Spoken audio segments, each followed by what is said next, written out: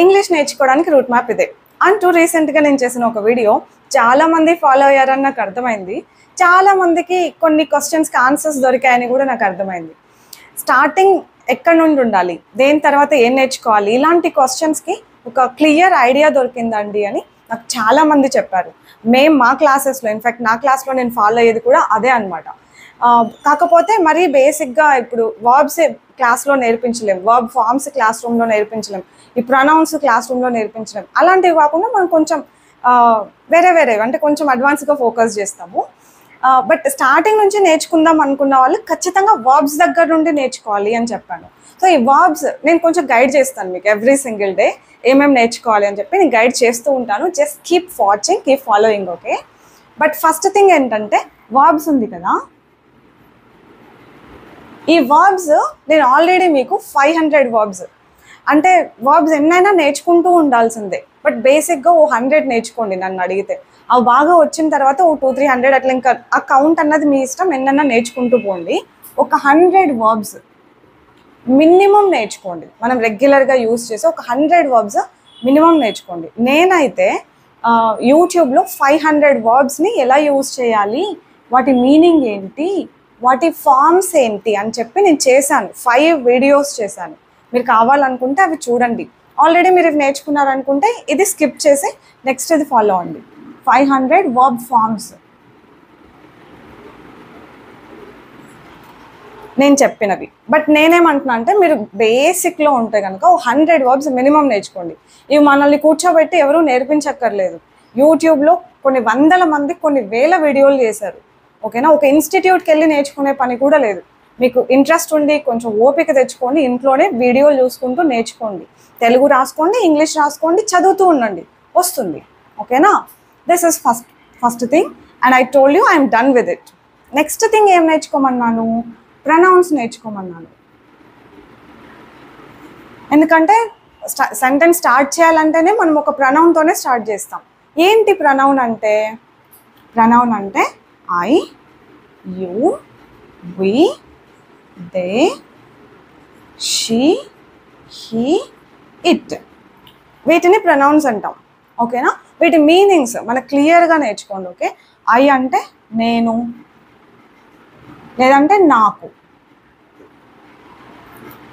చెప్పాను కదా క్లియర్గా చెప్తానని చెప్పి, క్లియర్గా చెప్తా, నీట్గా రాసుకోండి. యూ అంటే నువ్వు, నీకు. సెంటెన్సెస్లో ఎట్లా వస్తాయి కూడా చెప్తాను. ఫస్ట్ అయితే తెలుగు ఇంగ్లీష్ రాసుకోండి, ఓకే. వి అంటే మనము, మాకు. ఇంకా మిమ్మల్ని, మీకు అన్న మీనింగ్ కూడా వస్తుంది. వి అంటే అందరినీ కలుపుకుంటే మనం అంటాము, లేదంటే మాకు అదేమంటారబ్బా, మేము. మనము అనేది వేరు, మేము అనేది వేరు కదా. తెలుగు చాలా కన్ఫ్యూజింగ్గా ఉంటుంది తెలుసా. ఇంగ్లీష్ ఓకే, బట్ తెలుగే నేను ఎందుకో తెలుగు కన్ఫ్యూజ్ అవుతూ ఉంటాను ఒక్కొక్కసారి. ఇప్పుడు మీరు లేదు, మేము ఊరు వెళ్తున్నాం అనాలంటే కూడా ఇదే మేము అని ఎప్పుడు అంటాను, మీరు లేదు మా గ్రూప్లో, అప్పుడు నేను మేము అంటా. మనము అని ఎప్పుడు అంటాను, మిమ్మల్ని కూడా కలుపుకొని మనము అంటాం కదా. అట్లా ఉంటుంది మరి ఇంగ్లీష్తో. రెండు మన తెలుగుతో ఇంగ్లీష్ క్లియర్గానే ఉంటుంది. చూసారా, ఒక్కటే వర్డ్. మన తెలుగు చూసారా ఎన్ని వర్డ్స్ ఉన్నాయో. మేము, అలాగే మనకు అన్న మీనింగ్ కూడా వస్తుంది. మనకు అని ఎప్పుడు అంటాము, మిమ్మల్ని కూడా కలుపుకొని. సో ఇది నేను మన కోసం కొన్నా అన్నా, మనకు కొన్నాను అనాలనుకోండి. మనకు అంటే మనందరికీ కలుపుకొని. ఇది నేను మాకు కొన్నాను అన్నాను అనుకోండి, మీరు లేదు అందులో కదా. అలా వి అంటే ఇన్ని మీనింగ్స్ ఉంటాయి, నోట్ చేసుకోండి అన్నీ. దే అంటే వాళ్ళు, వాళ్ళకి. Excuse my hand writing and ఏమన్నా స్పెల్లింగ్ మిస్టేక్స్ తెలుగులో ఉన్న ఇంగ్లీష్లో ఉన్న వదిలేసేయండి, ఓకేనా. వాళ్ళకు. దే అంటే. షీ అంటే ఆమె, ఆమెకి. హీ అంటే అతను, అతనికి. ఇట్ అంటే అది ఆర్ దానికి అన్నట్టు, అది అని గుర్తుపెట్టుకోండి చాలు. అది ఇది రెండు, ఇన్ఫ్యాక్ట్ ఇక్కడ ఉన్నా కూడా ఇట్ అనొచ్చు, అక్కడ ఉన్నా కూడా ఇట్ అనొచ్చు. ఇంకా స్పెసిఫై చేయాలంటే దిస్ దట్ అనే ఉంటాయి. స్పెసిఫిక్గా దిస్ అంటే ఇది, ఇది, దట్ అంటే అది. ఇవి ప్రొనౌన్స్. ఇంతే కాదు, ఇవి జస్ట్ సమ్ బేసిక్ ప్రొనౌన్స్. వీటిని గ్రామర్లో ఏమంటాం తెలుసా? సబ్జెక్ట్ ప్రొనౌన్స్ అంటాం. వీటిని అన్నింటినీ సబ్జెక్ట్ ప్రొనౌన్స్. మీరు ఈ పేర్లు గుర్తుపెట్టుకోవాల్సిన అవసరం లేదు, ఓకేనా? కాకపోతే గుర్తు పెట్టుకుంటే మంచిది, ఎందుకంటే మాలాంటి ట్రైనర్స్ కాదు, కొంతమంది ట్రైనర్స్, ఇప్పుడు నేనంటే ఇట్లాంటి పదాలు వాడాను, కానీ కొంతమంది ట్రైనర్స్ ఇక్కడ సబ్జెక్ట్ ప్రొనౌన్స్ వాడాలి, ఇక్కడ ఆబ్జెక్ట్ ప్రొనౌన్స్ వాడాలి అని చెప్తూ ఉంటారు.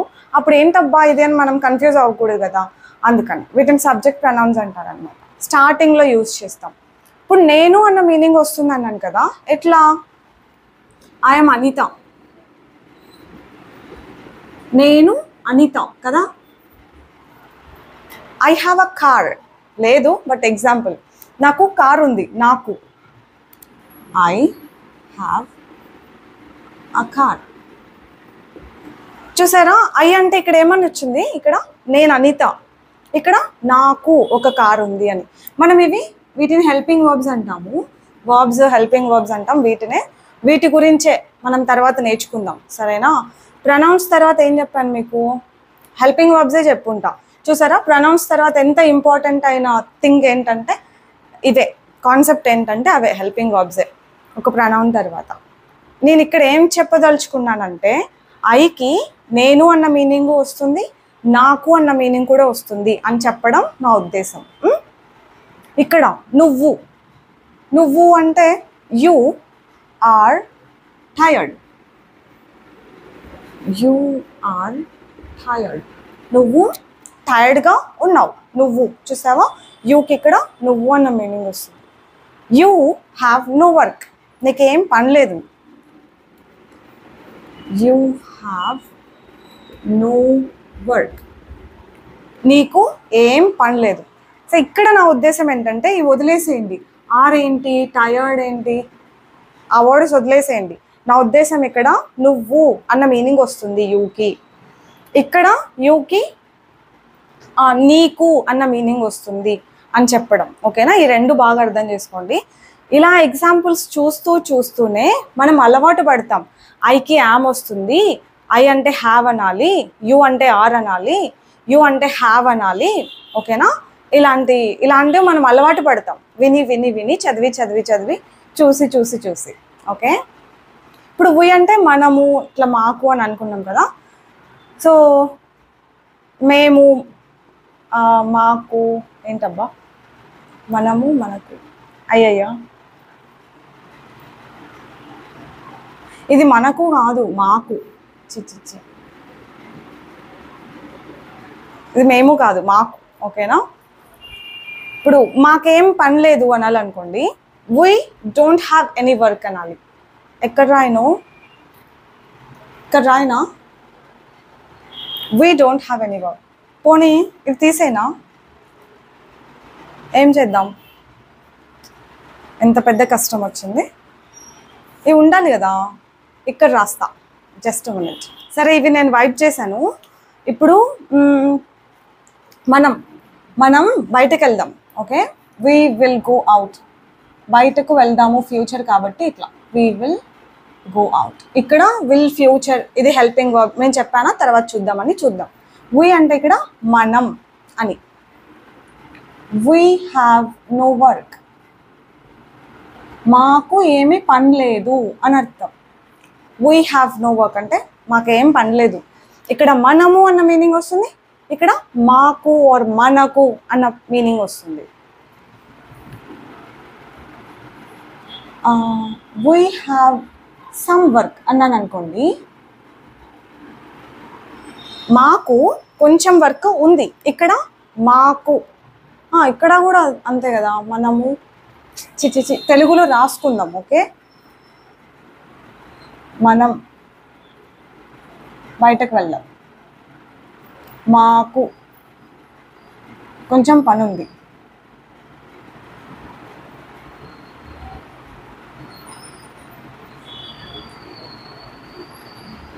ఇక్కడ మనకు కొంచెం పని ఉంది, ఇప్పుడు మిమ్మల్ని కూడా నేను ఇంక్లూడ్ చేసుకొని మనకు కొంచెం పని ఉంది ఇక్కడే ఉందాం అనాలనుకోండి, వీ హ్యావ్ సమ్ వర్క్. చూసారా, విఏ ఇంగ్లీష్లో మనకు అనాలన్నా మాకు అనాలన్నా విఏ ఉంది. ఓకేనా, మాకు కొంచెం పని ఉంది ఆర్ మనకు కొంచెం పని ఉంది, రెండిటికి ఇదే. ఇక్కడ మేము అని మీనింగ్ వచ్చేలాగా రాద్దాం. ఇప్పుడు we are going out, we are going out, మేము బయటకు వెళ్తున్నాము అని. ఇక్కడ మేము అని అర్థం చేసుకోవాలా, మరి మనము అని అర్థం చేసుకోవాలా అంటే ఇది మాట్లాడేది మనం కదా, సో మనకు తెలుస్తుంది అనమాట సిచ్యువేషన్లో. ఇప్పుడు మేము అందరినీ కలుపుకొని మనం బయటకు వెళ్దాం అనాలంటే అనండి, ఉయ్య అనండి. ఓకే, మేము వెళ్తున్నాం బయటికి అని మీరు వేరే వాళ్ళతో చెప్పాలన్నా ఇదే మీనింగే, ఉయ్యే ఉంటుంది. ఓకేనా, మేము వెళ్తున్నాం బయటికి, we are going. If you want to come you can come, నువ్వు రావాలనుకుంటే రావచ్చు, ఇట్లా ఉంటుంది అనమాట. అమ్మో, ఈ మీనింగ్స్ క్లియర్గా 2-3 సార్లు చెప్పుకోవడమో 2-3 సార్లు రాయడమో ఏదైనా చేయండి. Okay, it's not that easy. నాకైతే ఈజీగా అనిపించట్లేదు, ఎస్పెషల్లీ తెలుగు. ఓకే, ఇంగ్లీష్ ఈజీనే, చెప్పాను కదా ఒకటే వర్డ్. ఇంగ్లీష్లో చూసారా ఎన్ని ఉన్నాయో. ఇప్పుడు దే, దే అంటే వాళ్ళు. Okay, they are our friends, they are our friends. ఇప్పుడు మీరు ఇట్లాంటివి ఏం చేస్తామంటే, నేనైతే ఏం చేశానంటే ఇలాంటి ఒక సెంటెన్స్ కనిపించినప్పుడు వాళ్ళు మా ఫ్రెండ్స్, వాళ్ళు మా ఫ్రెండ్స్. ఇక్కడ మా ఫ్రెండ్స్ అంటే ఓహో అవర్ ఫ్రెండ్స్ అనాలా అని అక్కడ అర్థమయ్యేదన్నమాట. ఇంకా మళ్ళీ ఎక్కడైనా అవర్ అవర్ అని వచ్చినప్పుడు ఓకే మా అన్న మీనింగ్ వస్తుంది అని అక్కడ తెలిసిపోతుంది. అట్లా నేర్చుకునేదాన్ని. So they are our friends, వాళ్ళు మా friends. They have a house, వాళ్ళకి ఒక ఇల్లు ఉంది. దే హ్యావ్ అ హౌస్, వాళ్ళకి ఒక ఇల్లు ఉంది. ఇక్కడ వాళ్ళు, ఇక్కడ వాళ్ళకి అని మీనింగ్ వచ్చింది. ఓకేనా, తర్వాత షీఈస్ బిందు, ఆమె బిందు, ఆమె బిందు అని అర్థం. షీఈస్ టైర్డ్, షీఈస్ బ్యూటిఫుల్, ఆమె బ్యూటిఫుల్గా ఉంది, ఆమె టైర్డ్గా ఉంది. అట్లా షీ అంటే ఆమె అన్న మీనింగ్ వస్తుంది. షీ హ్యాస్ అ సన్, ఆమెకి ఒక కొడుకు ఉన్నాడు. చూడండి ఏం మీనింగ్ వచ్చింది ఇక్కడ, షీకి ఆమెకి ఒక కొడుకు ఉన్నాడు అని. ఇక్కడ ఏం అర్థం చేసుకోవాలి, ఓ ఓకే షీకి ఈజ్ వస్తుందా, షీకి హ్యాజ్ వస్తుందా, ఇట్లా అర్థం చేసుకుంటూ పోవాలి. ఎందుకు వచ్చింది హ్యాజ్ అని అడగకూడదు. ఓకేనా, ఓకే షీకి హ్యాజ్ వస్తుంది అని అర్థం చేసుకోవాలన్నమాట. నేనైతే అదే చేశాను. ఎందుకు అని క్వశ్చన్స్ రేజ్ చేసుకుంటూ పోలేము ప్రతిసారి. It's always better to understand few things as it is. Okay, తర్వాత హీ అంటే అతను కదా, అతను హీ ఈజ్ అట్ హోమ్, అతను ఇంట్లో ఉన్నాడు. హీ ఈజ్ అట్ హోమ్, అతను ఇంట్లో ఉన్నాడు. ఇప్పుడు ఏం అర్థం చేసుకోవాలి, ఓ హీకి ఈజ్ వస్తుందా, హోమ్కి ముందు అట్ అంటామా. ఓకేనా, ఇట్లా అర్థం చేసుకోవాలి. అతను ఇంట్లో ఉన్నాడు. మరి ఈ క్వశ్చన్ వస్తుంది, ఇంట్లో అంటే ఇన్ను కదా, అట్టెందుకు పెట్టారు అని. ఇంగ్లీష్లో అది ఫిక్స్ అయిపోండి, హోమ్కి ఎప్పుడు మనం అట్టే అనాలి, ఇంట్లో ఉన్నా సరే. ఓకే, అతను ఇంట్లో ఉన్నాడు. అతనికి అంటే హీ హ్యాస్ అన్ ఎగ్జామ్, అతనికి ఎగ్జామ్ ఉంది. చూడండి, హీ హ్యాస్ అన్ ఎగ్జామ్, అతనికి ఎగ్జామ్ ఉంది. ఇక్కడేం అర్థం చేసుకోవాలి, ఓ ఎగ్జామ్కి ముందు యాన్ పెట్టాలా అని. ఓ హీకి హ్యాజ్ అంటామా, right.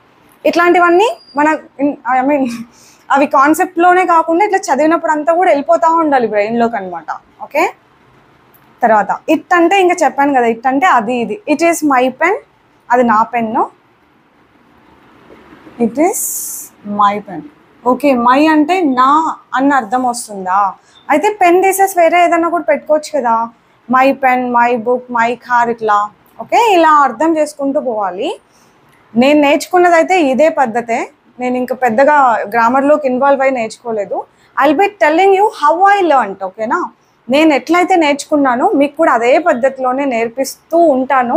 Just keep following. All right, ఈ రోజుకి ఇంకా చాలా అనిపిస్తుంది. యాక్చువల్గా ఇవి జస్ట్ సబ్జెక్ట్ ప్రొనౌన్స్ మాత్రమే. ఇలాంటివి ఏముంటాయి తెలుసా, ఇంకా ఆబ్జెక్ట్ ప్రొనౌన్స్ ఉంటాయి. ఆబ్జెక్ట్ ప్రొనౌన్స్ ఉంటాయి, పొసెసివ్ అడ్జెక్టివ్స్ ఉంటాయి, పొసెసివ్ ప్రొనౌన్స్ ఉంటాయి,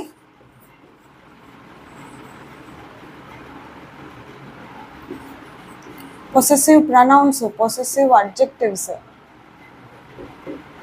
మరి రిఫ్లెక్సివ్ ప్రొనౌన్స్, ఎంఫాటిక్ ప్రొనౌన్స్, ఇట్లా చాలా ఉంటాయి. ఏం చేద్దాం, నిదానంగా నేర్చుకుందాంలేండి, నో ప్రాబ్లం. Reflexive pronoun,